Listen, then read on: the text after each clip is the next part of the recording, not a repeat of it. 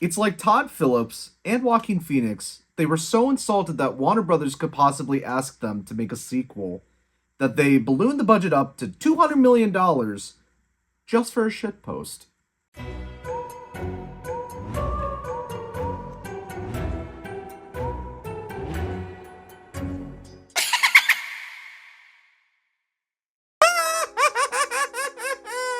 Hi, welcome to Film Stash. My name is Douglas Campbell, and today we are talking about Joker, Folie Á Deux. Struggling with his dual identity and facing the trial of a lifetime, failed comedian Arthur Fleck, played by Joaquin Phoenix, meets the love of his life, Harley Quinn, played by Lady Gaga, while incarcerated at Arkham State Hospital.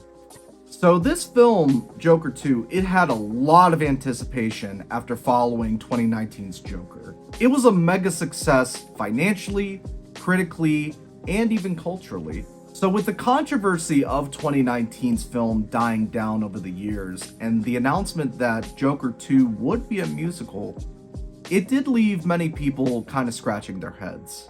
I mean, personally, I didn't even really have a problem with them making it a musical, just as long as those components were well utilized within the story. 2019's original budget, it was around $70 million. Pretty low for a film that garnered such big success. But the sequel's budget, it ended up ballooning to $200 million. And this was likely due to Gaga's involvement, although I don't think it would have raised it that high. But the likely culprit was the use of licensed songs within this musical. And so fast forward, and Joker 2 has finally come out, and it has widely divided the audience. There's a lot of mixed reception, some positive, some negative, although if you do look at most platforms, it has yielded mostly a negative response.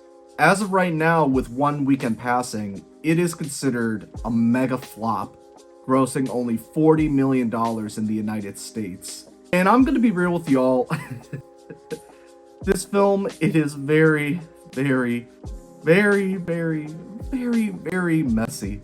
I kind of want to get to the main spoiler of this film, so I'm just gonna try to quickly go through this review spoiler-free. The positives. Joaquin Phoenix, he easily slides right back to the role of Arthur Fleck and Joker.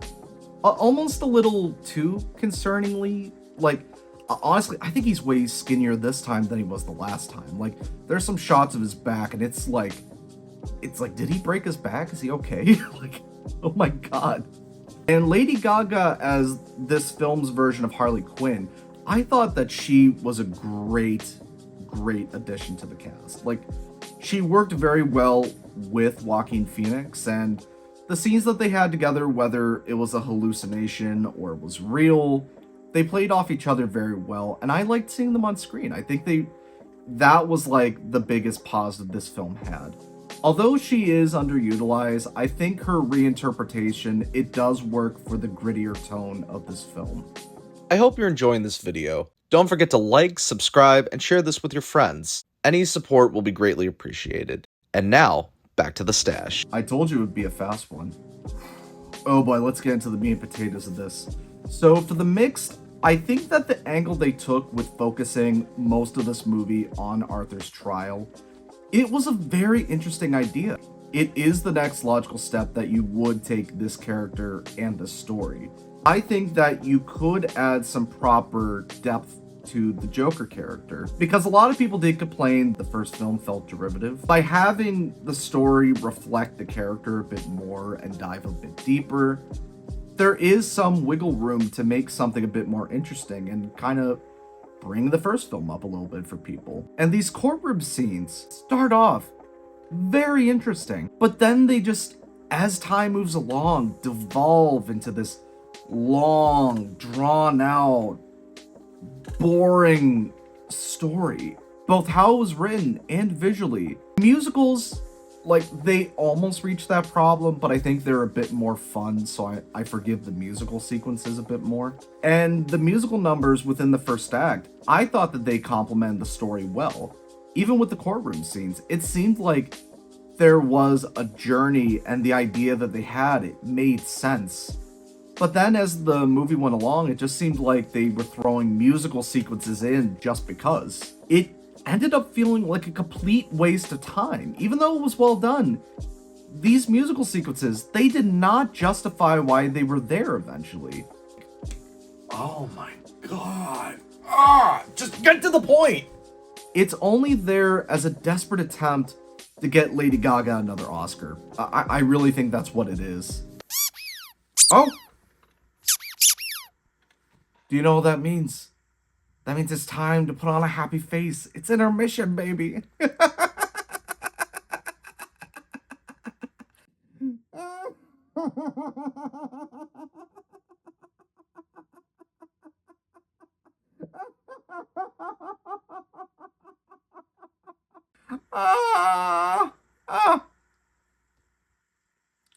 Anyway. Yeah, the reason I said that is because the snack is called Be Happy Snacks, and I think that's really funny.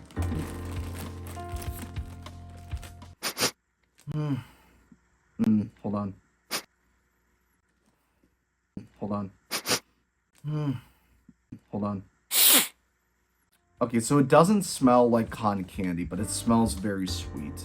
It's very white, as you can see. Oh, yep. There we go. So, you do taste a hint of cotton candy at first. Very sweet. Over time, that cotton candy taste, it kind of goes away really fast. And it tastes... Hold on. Hold on. Let me just confirm this. Hold on. It ends up tasting like a Lucky Charms marshmallow. I don't know. I mean, I do like Lucky Charms marshmallows. I mean, it's not bad. It's kind of... If I want cotton candy, I mean, this really isn't going to do it for me. I'd give it... I don't know. It's fine. I'd give it like a 5 out of 10. Now, here we are at the negatives. The story overall, even though I know what they're trying to do with it, it's kind of aimless, and it takes way too long to get to the point. And you don't really see anything interesting within it. It's just kind of meandering and taking its time, and it's just get to the point. And unfortunately, part of that, like what I mentioned earlier, was the musical sequences. Even though I do like the musical sequences, I really can't justify possibly seeing this movie again just for that. I think I'm gonna wait for the YouTube clips to pop up online and then just watch it on there. Alright, and here we are now towards my one big spoiler. And this is like the big thing that everybody's talking about. So if you haven't seen Joker and you want to see it, really don't know why you would at this point. Just skip ahead. Skip ahead towards the end, towards my rating. The curveball that they threw into the end does not make sense. I was just so confused, man, just watching it. Again, spoiler. Arthur, at the end of the movie, he ends up getting back in prison. He's guilty. And he gets shivved, assuming to death based on the box office of this thing, by a prisoner who we see pop up occasionally in the background. This final shot of the film, as it's coming to a close, it's zooming in on Arthur's face. Subtly in the background, we see that prisoner grabbing the shiv, cutting his cheek here, his cheek there, and he's laughing maniacally. But you do hear the laugh of Heath Ledger from The Dark Knight. I'm not just saying like an impersonation, it is the audio from The Dark Knight. What the fuck does that even mean? Like it doesn't even make any sense. It makes no sense. You kind of had me out of the movie. You can't just confuse me like this again, especially when I'm leaving the movie theater at 1:50 something in the morning. Why even mess with The Dark Knight at all? Like, at face value, why would you do that? So if you want to take the movie at face value, which at this point I pretty much did, the only interpretation that could work with something like this is that the first and second movie, Arthur Fleck, he never was the Joker. He was this poor guy who always had hallucinations due to like a head injury or something. And in actuality, he probably just heard some stories of the Joker, and then he got killed in prison by Heath Ledger's Joker. like at the very, very end. Now, I know what you're thinking. That sounds really fucking dumb. And you wanna know something? That's because it is. Look, the carving of the cheeks, you know, if you're gonna do that idea, I get it. That's kind of an homage to Heath Ledger. Whatever. But the fact that you use the audio, like, you're directly implying that that's who that is supposed to be. So why even do it? That was my interpretation face value, even though I thought it was completely ridiculous and it didn't even make sense timeline-wise, but whatever. I don't normally do this, but once I wrote down that interpretation, I just wanted to see what other people were saying about it. So I went on Reddit and I just looked up the Joker ending. And pretty much the idea kept popping up that the film was a condemnation towards the original movie. And so this film was taking the concept of the symbol that he started was growing way too big, and that whenever Arthur denounced that title, he was in over his head and it just killed him in the end. To be fulfilled by someone else.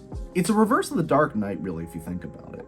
And I'll even admit, whenever I read that initial idea, I really was interested. It made me start to think, like, that is fascinating. That is a fascinating way of, like, making something of this mess. And because of that interpretation, it made me consider watching Folie Á Deux again. But then I remember just how long and unengaging it was that I just decided not to. And if that is what Todd Phillips was trying to go for, I think he kind of botched the execution a bit, if I'm being real. I think if he condensed the second and third act together and just came up with a brand new ending that would have tied everything together better and not confused the audience with The Dark Knight, I think you would have had a solid film. Cut a couple of the music numbers out. It would have been a solid film. And in the end, I think it just comes off way too boring and just a complete disappointment, honestly, at the end of the day. It's too pretentious for what it is. It comes off as a shitpost that I am 110% convinced Phillips and Phoenix, they just did not want to make. And they made it just to ultimately, you know, screw with the audience here. And it just doesn't justify its existence.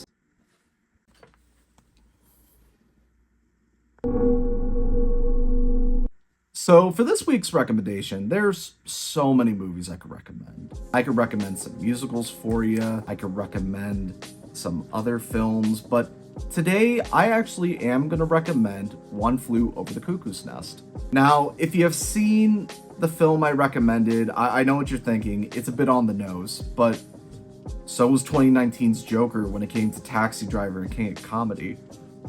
But with how this film explored a sanitarium, I think it was very reminiscent to how One Flew Over the Cuckoo's Nest explored sanitariums within the 20th century. I think how they did it in that film was way more interesting. And funny enough, for those who haven't seen it, they do have another Joker actor playing the lead role in that. It's Jack Nicholson.